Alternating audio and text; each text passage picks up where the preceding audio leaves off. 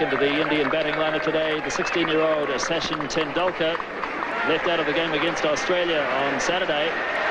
Was left in the Indian innings. Hadlee to Tendulkar. Beautifully driven. That's a magnificent shot. 4 runs.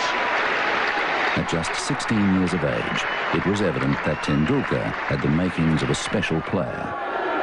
Richard Hadlee starting the 39th over. Tendulkar heaving away through mid-wicket. Great backs is chasing, but it's well struck. 4 runs. Sachin was known as a fine player from the time he was about 14. I think he played first-class cricket at about 15. So he was known around the traps in Bombay for a long, long while before he came through. And his maturity at that age was quite extraordinary. He was wonderfully talented, beautiful technique. I think perhaps he even had a better technique then than he does now. And he just could play every shot in the book. He used a bat which was about 3 pounds, had about 5 grips on it. And there's this tiny little fella picking up this hugely heavy bat and belting it around. He was a magnificent player even at that age, and everyone knew he was going to be a champion.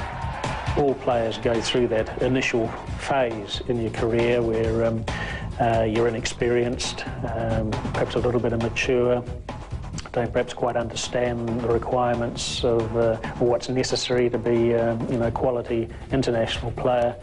But I think we all know now that Sachin Tendulkar, next to Bradman, is going to be perhaps the best ever.